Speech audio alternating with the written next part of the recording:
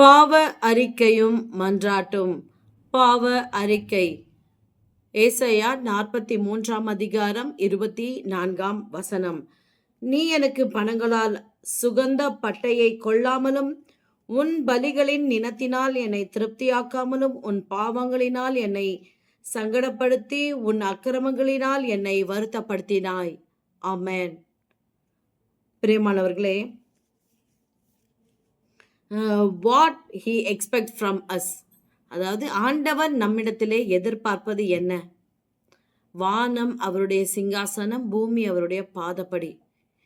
பொன்னும் வெள்ளியும் அவருக்கு சொந்தமானது. அப்படியானால் நாம் அவருக்கு செலுத்தும்படி அவருக்காக கொடுக்க வேண்டியது என்ன?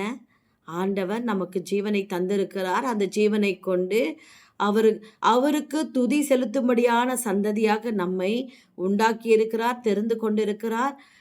இப்படிப்பட்ட நிச்சயத்தை தந்த தேவனுக்கு நாம் என்ன செலுத்துகிறோம்?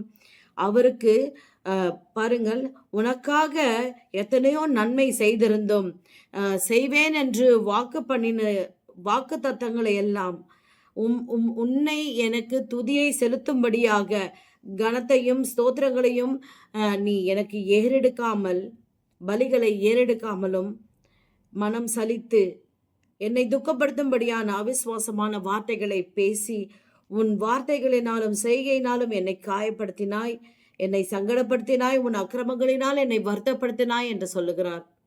பாருங்கள், ஆண்டவருடைய கரத்திலே நன்மை பெற்ற நாம் அவருடைய கரத்திலிருந்து தீமையையும் நாம் சகிக்க பழகி கொள்ள வேண்டும். ஏனென்றால் தீமை என்பது ஆண்டவர் நம்மை பக்குவப்படுத்துவதற்காக சில நெருக்கமான பாதைகளிலே நம்மை கடக்க பண்ணுகிறார். அது நிச்சயமாக ஒருவேளை மனுஷர்கள் அப்படிப்பட்ட கடுமையான சூழ்நிலையிலே நடத்தினாலும் நமக்கு நன்மை இல்லை. ஆண்டவர் நம்மை ஒரு நெருக்கமான சூழ்நிலையிலே நம்மை கடந்து வர பண்ணுகிறார், வனாந்தர பாதையிலே நம்மை கொண்டு வருகிறார் என்றால் நிச்சயமாக செழிப்பான தோட்டத்திலே நம்மை கொண்டு வந்து சேர்க்கும்படிக்கு, கானான் தேசத்திலே கொண்டு வந்து சேர்க்கும்படிக்கு அவர் நம்மை நடத்துகிறார்.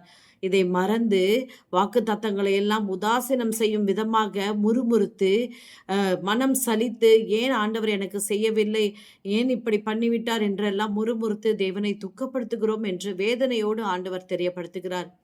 ஒருவேளை நாம் அறிந்தும் அறியாமலும் இப்படி செய்திருந்தால் இப்பொழுது பாவ அறிக்கை செய்து விடுதலை பெற்றுக்கொள்வோம். சர்வ வல்லமையுள்ள தேவனாகிய கர்த்தாவே, உமக்கு விரோதமாய் பேசின எல்லா வார்த்தைகளையும் தயவாய் எங்களுக்கு மன்னியும் ஆண்டவரே.